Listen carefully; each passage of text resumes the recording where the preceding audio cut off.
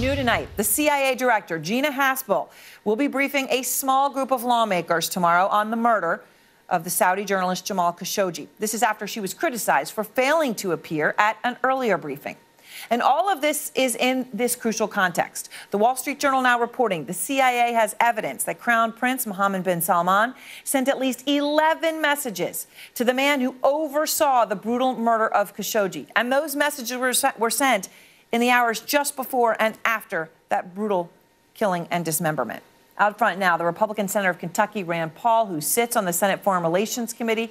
He has been briefed by both the Defense Secretary, Jim Mattis, and the Secretary of State, Mike Pompeo, but of course not by the CIA director. And Senator, do you know anything about this briefing tomorrow and who's going to be there? No, I haven't been invited to this briefing, but I can tell you that I was one of the loud voices in our hearing last week saying, how in the world can you expect us to make decisions without briefing us from the CIA?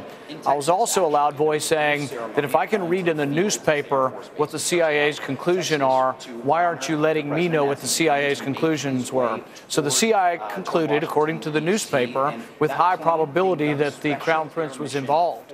There also were media reports saying that the Crown Prince's brother talked to Khashoggi in advance and said, hey, you're safe to go to the consulate in Istanbul. But these were not told to me in a briefing. This was told to me by the newspaper. I don't think that's the way we ought to run our government. I think really that we shouldn't sort of secret the intelligence and only let a few people hear about it.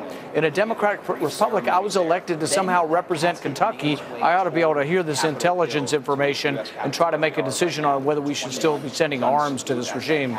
Well, after all, you are on the Foreign Relations Committee, so it would appear, certainly from the title, that this would be well within your purview. You know, what we do know from these reports, right? Mohammed bin Salman reportedly sending these 11 messages in the hours before and after that brutal murder. Bruce Riedel, the former CIA official, he's an extremely respected Saudi Arabia watcher. Many top CIA respect him over the years, says to the New York Times, quote, this is the smoking gun. Now, obviously, you don't need a smoking gun per se, right, in order to know that somebody did something. You don't need it in a court of law in this country. But what is your view when you hear that? Well, you know, the CIA usually gives us reports and they'll say what kind of probability. They'll say low probability, middle, or high. From the press reports, it's been said that the CIA has reported that with high probability they've made this conclusion. And most time you don't get a confession, you don't have a video of someone being killed. But yes, there's a lot of evidence to indicate that he did.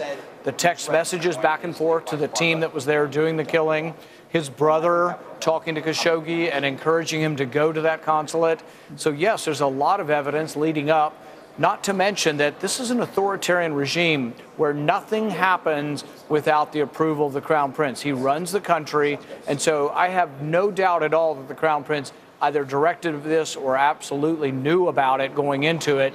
And I think we could actually change the outcome of what goes on in the war in Yemen if we would simply withhold weapons from the Saudi Arabians. I think within 3 or 4 months, I think you'd actually see a change in their behavior and possibly a change in their leadership.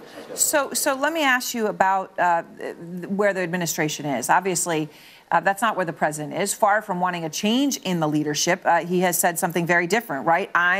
We're going to stay with Saudi Arabia, right? And Mike Pompeo, who did testify in front of the full Senate last week, came out and towed that party line. Here he is. I have read every piece of intelligence that is in the possession of the United States government. And when it is done, when you complete that analysis, there's no direct evidence linking him to the murder of Jamal Khashoggi. Why is he saying that? Well, it's interesting. Someone should ask him the next question. So there's no direct evidence. He says this over and over again, no direct evidence. Well, what about your conclusions? Do you agree with the CIA conclusions? The CIA doesn't have the direct evidence either. They have all this indirect evidence that's overwhelmingly adding up to say the Crown Prince did this. So I think Secretary Pompeo should be, so I guess you disagree with the conclusions? You disagree with this compilation of evidence that the Crown Prince was involved? And I think it's what we're seeing here is parsing words. No smoking gun, no direct evidence, and yet dozens of pieces of evidence that all point at the Crown Prince knowing, and nobody with any common sense or any amount of intellect to look at Middle Eastern relations believes that he didn't do it. And so, yes, we need to now decide whether we're going to turn a blind eye, look the other way. The reason it makes a difference to me is the war in Yemen has killed tens of thousands of civilians. The Saudis will keep doing it if we don't do something to oppose their behavior. Also, there are hundreds and hundreds of dissidents being held in prison in Saudi Arabia. There are at least 770 being held without trial for more than a year. There's about 3,000 in prison that have been held for less than a year. These people will likely die if we turn a blind eye and say, oh, well, we're just not going to do anything to Saudi Arabia. So I've been advocating and pushing for over a year now, we need to quit selling them weapons. They are not listening to what we're doing. They will only listen if we quit selling them weapons. Well, and of course, the explicit backing that they have received from President Trump adds to that. The Senate's going to vote, obviously, on this bipartisan resolution to end American support for the Saudi-Yemen campaign, right? You have, as you say, you have been voting that way for a long time. Last week, this advanced, right, to move ahead on this, 63-37. 8 months ago, you were still on the same side, but a lot of your Republican colleagues weren't. It was only 44 senators at that time. But because of the way the president has handled this Jamal Khashoggi situation, saying he's with Saudi Arabia, 14 Republicans came over to where you are, Senator Paul. Are they going to stay where you are, or are they looking for an excuse to switch? We'll see. I think this is an historic vote that happened last week. 63 people voted to say that we should stop our involvement with the Saudis in this war in Yemen. This is really probably the first time since World War II that the Senate as an entire body has stood up and said foreign policy really is in the realm of Congress. Our founding fathers in the Constitution said declaration of war should come from us, specifically not from the president. And so this is a grabbing back of the traditional checks and balances. And we've had a lot of discussion of that, and people say, why aren't we doing this? This is a perfect example of how we can, in a constitutional way, try to grab back power that has somehow been, devolving to the presidency, not just this president, but over time. I mean, the support for the Yemen war started under President Obama.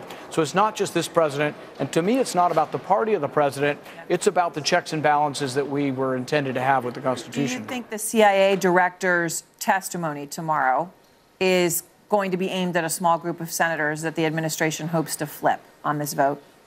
My theory is they've selected people who wanted to hear from her, but also people who they think they might be able to get to change their vote if they've heard from the CIA on this. And so, yes, I think we all should hear from her. We all should be allowed to read the report. For example, why is it classified what the CIA's conclusion is?